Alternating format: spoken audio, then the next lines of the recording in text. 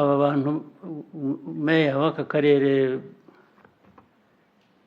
ninde hano mu Bugesera nta message zijya zikugeraho ariko ubwo si we wenyine ikibazo ndi buvuge ni ahantu hose mu turere twose nta message zanjye ujya ubona wenda abaziguha ntabwo bazita zanjye ibintu byo gukora iteka iyo unyura uyu muhanda kenshi cya mbere ndacyabona umwanda iruhande rw'umuhanda aho ntabwo mba nawuvuyemo kenshi ahubwo mpagarara nkabwiraga abundi kumwe nabo nti nimutoragure biriya bintu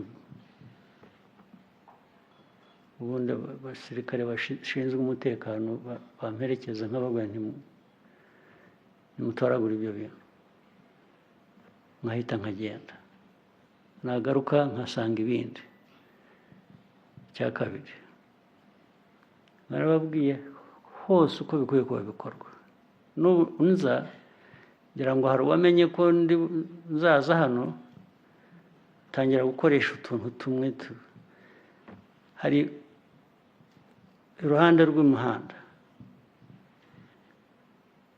ibintu bisa ni nk'imirima cyangwa n'imbere y'amazu aya ngaya akorerwamo ibintu by'ubucuruzi n'iki ugasanga inzu irubatse ubundi imeze neza imbere yayo ni ibyondo n'ibitaka kugera ku muhanda inzira zindi mwashyizeho zanyu zigendera ku ruhande twagerageje kugira ngo iruhande hashyirweho imihanda inzira z'abantu bagenderamo cyangwa amagare bikozwe neza hose turabivuga ukabona hagati y'amazu hari umuhanda w'igitaka uraje ugeze kuri kaburimbo imvura yagwa ikamanura amazi ikamanura ibitaka ikaza ikabirunda mu muhanda ibyo urabizi cyangwa ntabwo ubizi ndabizi your excellency message zanyu zitugeraho imyakaga ariko n'ubu biracyariho hamwe aho hatari ngombwa mujye muhatera ibyatsi uzahatera ubwatsi ahandi imbere y'amazu ku mihanda hafi n'imihanda ahantu hangiza na kaburimbo abantu baba barubatse murebe ukundi muhakora muhashyire za pevazi cyangwa ubundi buntu kandi birashoboka nta nubwo bihenze kandi uko wanabikora na meya w'umujyi nawe ndaza kumugeraho wa Kigali nawe marandwana nawe mukwiye kubikoresha ari abatuye aho hanyuma wenda abantu babunganira no mu mikoro ya district mukahuza nabo ntabwo ari ukubibakorera ntabwo nabo bagomba gushyiramo effort ariko gutera ubwatsi haguye ubwatsi kugira ngo imirimo yo kuba iruhande rw'umuhanda wihanduza ibyo bishaka amafaranga angana iki your excellency byinshi ntabwo ari amafaranga ni ukubyumva gusa abantu tugafatanya nibyo bigutumyeho rero kenshi byakugezeho n'aba batangira kubaka amazu bakayageza hagati bakayatwikira sinzi ibyo batwikiriza n'ubuvera n'iki n'amabati n'iki bikagumaho bikamara imyaka impamvu wowe utabibaza ababikora n'iki ubutumwa rero ngutumyeho kenshi bwakugezeho ubu hagiye gukurikiraho ibindi nabyo byiteguye bikorwe vuba na bwangu yes sir urabyumva yes your excellency meya w'umujyi icara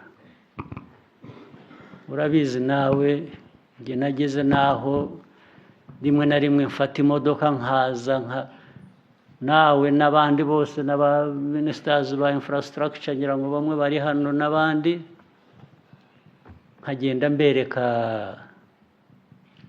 nabyo urabizi. Yes sir. Ibyo nagiye nsubiramo ngusaba hafi buri gihe.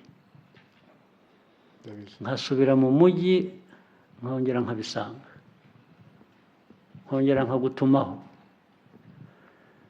nabyo biraza guhagarara. Yes sir. One way or the other. Urabizi? Ndabizi, Your Excellency. Ibyo nkusubiriramo nkabikwereka urabizi? Ndabizi. Nanamugiriye n'inama ndamubwira ngo meya, muri uyu mujyi urimo ibintu byinshi reka muzashyireho team imufasha, irimo abapolisi, irimo umutekano mbese bose,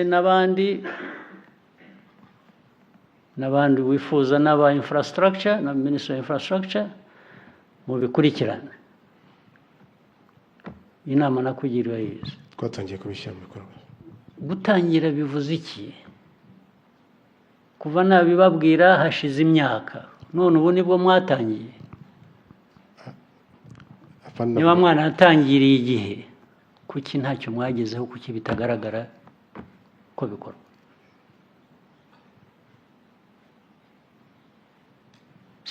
Namwe muraza kumbona rero bitari kera. Minister of Infrastructure hano ninde? Minister, ibyo urabizi? Yes sir, ibyo ndabizi. Turakorana n'umujyi wa Kigali.